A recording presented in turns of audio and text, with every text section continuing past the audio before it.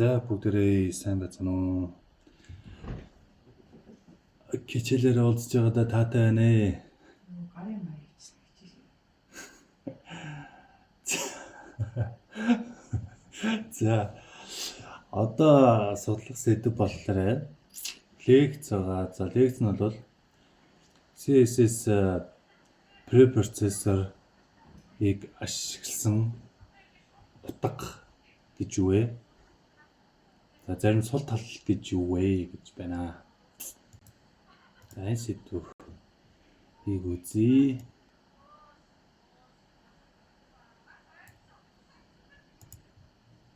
Ер нь бол хүн бол хурдтай л хөдлөх хэрэгтэй л дээ. За өрсөлдөн боловсруулагч гэж орчуулж болох юм уу? За CSS өрсөлдөн боловсруулагч нь багаж юм аа. Хэрэгсэл юм аа. Энэ нь болохоор одоо стандарт үе шиг CSS-ийг өргөдөгдөг. Хувьсагчтай болгодог, mixinстэй болгодог, nesting тэгээд селектор уламжлуулдаг. Селектор зэрэг нь уламжлуулж болдог гинэ. За эдгээр онцлогууд нь хувьсагч үйлдвэрлэх тэгээд эдгээр нь native CSS дээр бас дэмжигддэг болсон байгаа гэж одоо native CSS дээр дэмжигддэг болсон байгаа. Энэ хандлага бол ингээд үргэлжилсээр байгаа гэж байна. Үргэлжилсээр байгаа гэж байна.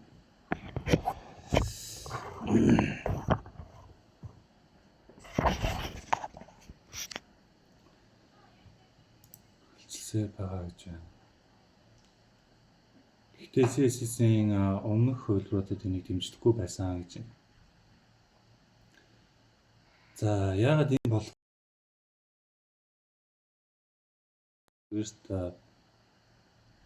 өргөнд харах болсон юм нь.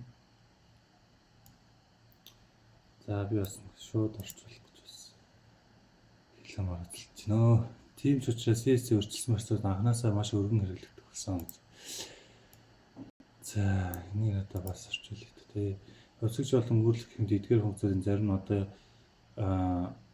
их CSS дээр дэмжигдсэн эсвэл илүү их дэмжлэг авч байгаа бөгөөд энэ хандлага цааш хөгжлөх магадлал өндөр байна. Гэсэн хэдиж их CSS-ийн өмнөх хувилбарууд эдгээр функцийг дэмждэггүй байсан.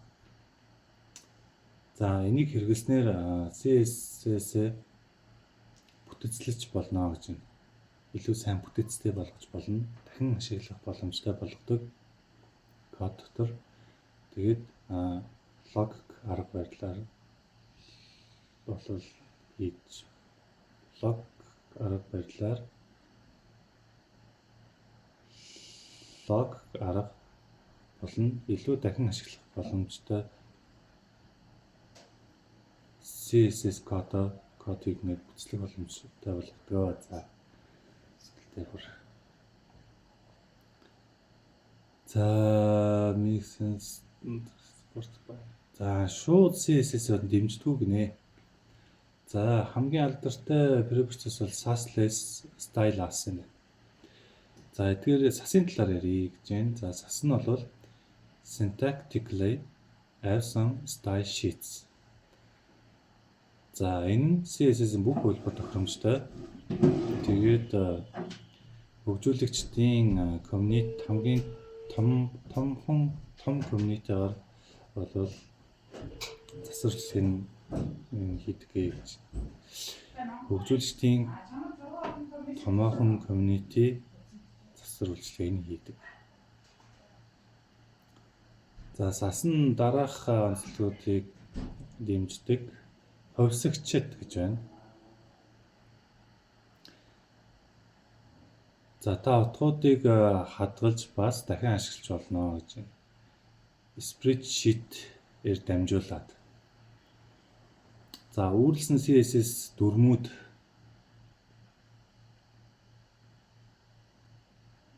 за харагдахуйц шатлсан болгож болно гэж байна. Файл дотроо. За модулууд гинэ. За стайлуудаа хувааж болох юм байна. Өөр стайл шигтээр. За mix-sense гинэ. За CSS зарласан юм сайт дотроо сайтаараа дамжуулаад дахин ашиглах. За уламжлал inheritance. За удамшил. Удамшил нь олон CSS сонгогчид шинж чанараа хуваалцах болдог гэж. За мөн операторууд гинэ. Үйлдэлүүд нь математик үндсэн операторуудыг өсгөж болт юм байна. Сасан үндсэн хоёр бичиглийг дэмждэг. SCSS энэ бол SAS гэж байна. Superset CSS гинэ.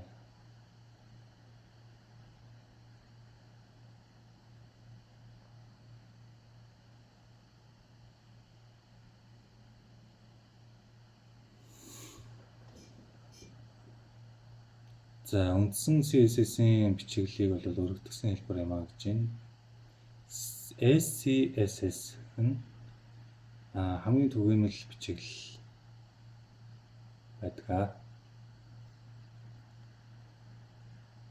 Та үнийг састаа ажиллаж байх үедээ хайх хэрэглэх болно.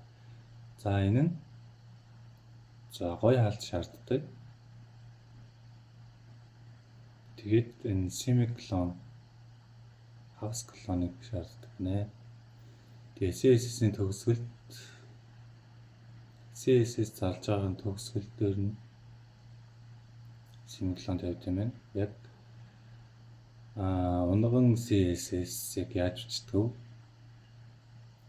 Тэр шиг л бичих юм байна. За жишээлбэл primary color гэж зарлаад тэмүүлж чинь энэ одоо доллар тавьсан хөвсөгч юм бах та. За header гэж background primary color гэдэг бичих юм байна.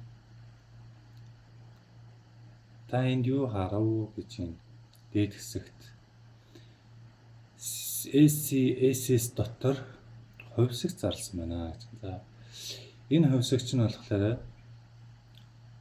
CSS доорх дүрмэнд хэрэглэсэн хувьсагч гэж доор нь хэрэглэсэн энийг яриад байна. За CSS less frequently used syntax, the intended syntax гэнэ. За CSS-ийг бага давтамжтай хэрэглэсэн бичиглэл тэгээд доголтой бичиглэлтэй харьцуулъя гэж байна. За энэ SAS syntax гэж нэрлэгддэг гэнэ. SAS бичиглэл. За SAS original syntax эндээс энэ бол SAS-ын өөрийнх нь анхдагч бичиглэл нь байсан юм аа гэж. За яг Python шиг байсан юм шүү дээ. Иймэрхүү бичдэг байсан юм байна. За тийм гоё хаалт байхгүй. Тэгээд цэг таслал байхгүй байсан. Дээр нь өсгчээ зарлаад өгчдөг байсан.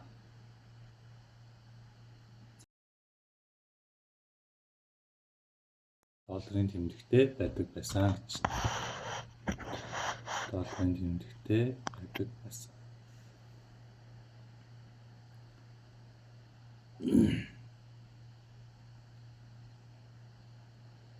За маш хүчрхэг нэг онцлог байдаг. Тэр нь хүчрхэг онцлогийг дэмждэг. Тэр нь mix-sense гэдгээ. Mix-sense нь олон CSS-ийн чанарыг багцлах боломжийг олгодог. Тэдний утга нэр доорх тэдний утга нь тэдгээрийн утгууд ба CSS кодын блок дахин ашиглах боломжтой CSS кодын блок нь стайл шитүүдээр дамжуулан дахин ашиглах боломжтой болгодог гинэ. Тэгэхээр CSS-ийн код блок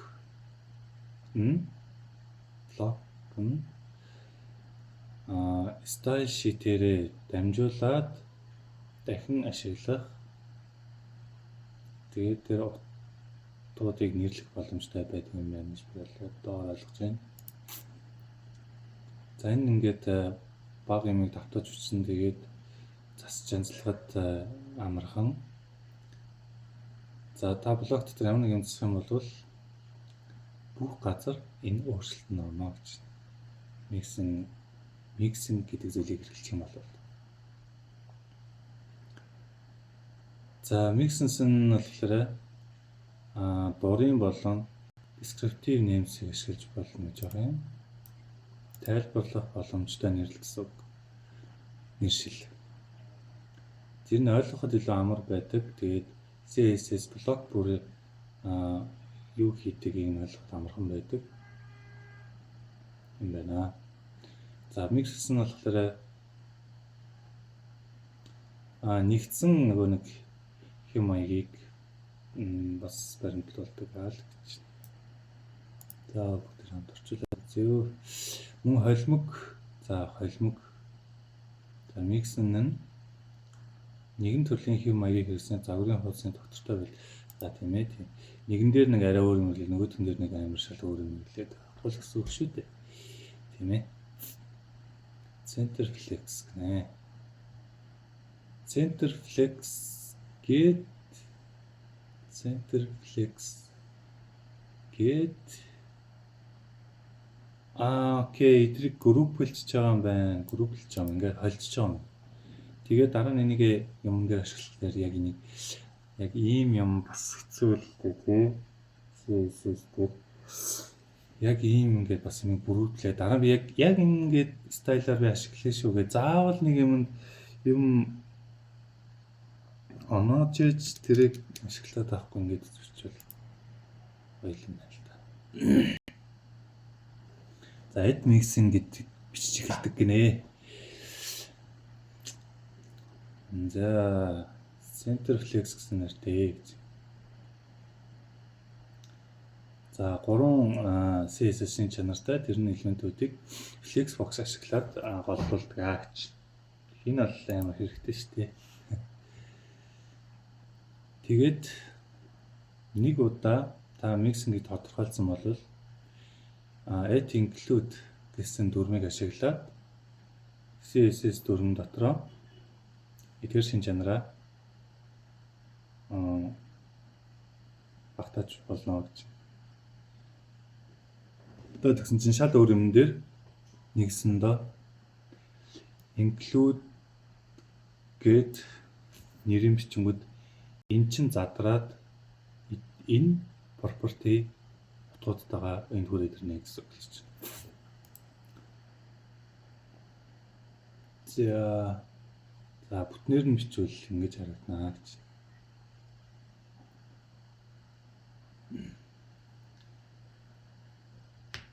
За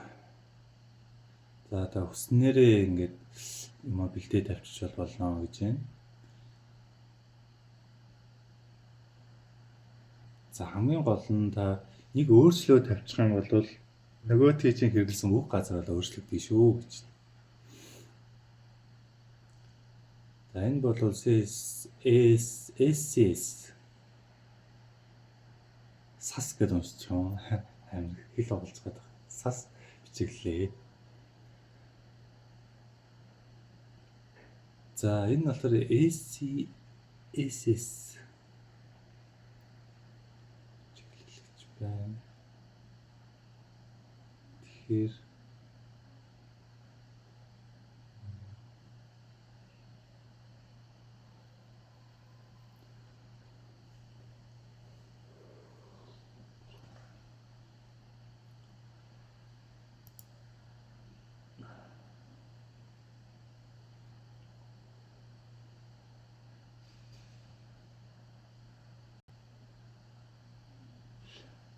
за тэгээ браузер нь бол энийг хөрвүүлж ойлгохдоо ингээл ойлгож байгаа.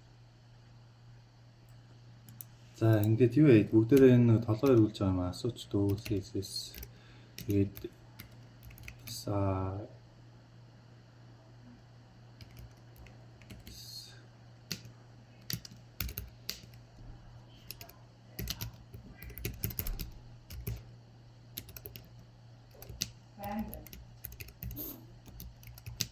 юм уу? Асууч.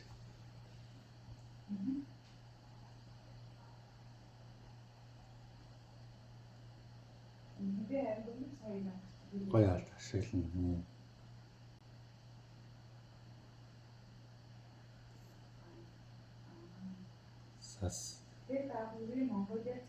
Саси. За. Энэ хэл хуваалцах байгаа нь саси гэж дуудаад нөгөөх нь бол сас гэж дуудаж байгаа. Тэгээд саси бол бүр хаалтмал байхгүй бүр оригиналаараа.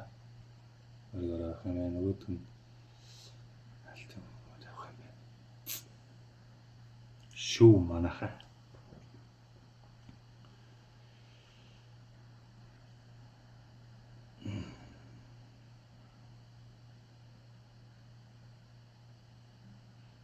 За одоо сул талын намж үзье гэж байна. Эхлээд ингээд компайлдчихлаар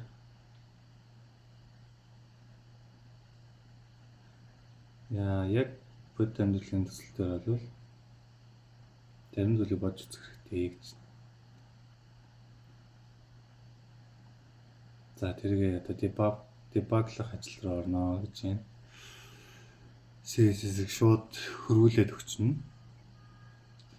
Тэгээд хаана ямар syntax дээр адилхан одоо юу зарлагдсан байна. Жишээ нь миний одоо хардж байгаагаар бол хоёр адилхан predefined pre-processed CSS байлаа гингүүд тэр хоёр чинь хоорондоо задраад холдож магадгүй ч нэгэн дотор нь одоо сая юу гэлээ add include гэдэг ингэ биччих юм бол адилхан юм бичсэн байж л шүү дээ. Тэгснэ адилхан юм бичснээр тэрийг ингээд өөрөөр утгатай бүртэйгээ бичсэн байж л шүү дээ. Гэж би бодож байна.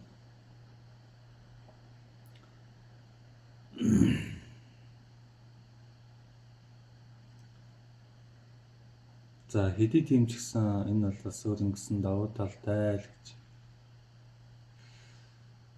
За бүгдээр асуултанд хариулъя. За нийтлэг давуу тал биш вэ гэж тий. Нийтлэг variables таны status.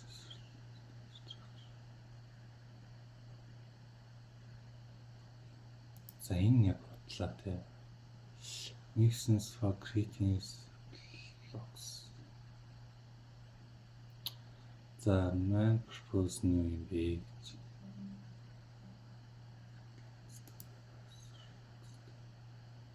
Capabilities.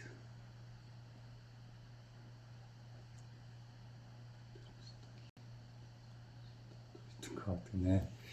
За сас болон саси хоёрын хооронд ялгаатай юм уу гэж байна. Syntax never version. За энэ хоёр нь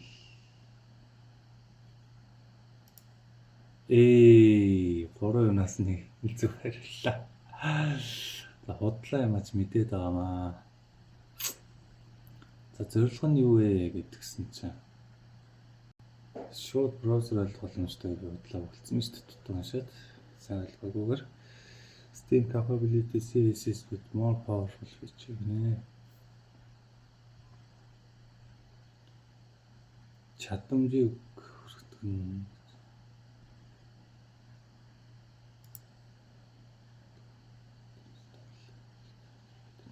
За хоёр дахь лав болсон байна.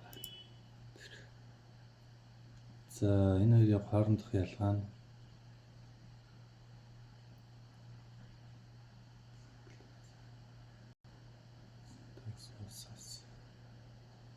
за энэ чинь саси.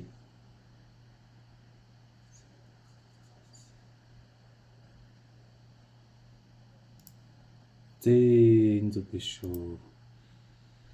За ингээд нөгөө нэг CSS libraries and frameworks гэсэн лекцийг бүгдээрээ хамтдаа үзэж дуусгалаа. Энэний дараа 3 семинар буюу workshop-ийн ажил байгаа юм байна. Тэгээ 2 бие даал тэгээд дүгнээд шалгалтаа өгөх юм байна. За энэ хүртэл хамт байсан та бүхэнд баярлалаа. Баяр таа.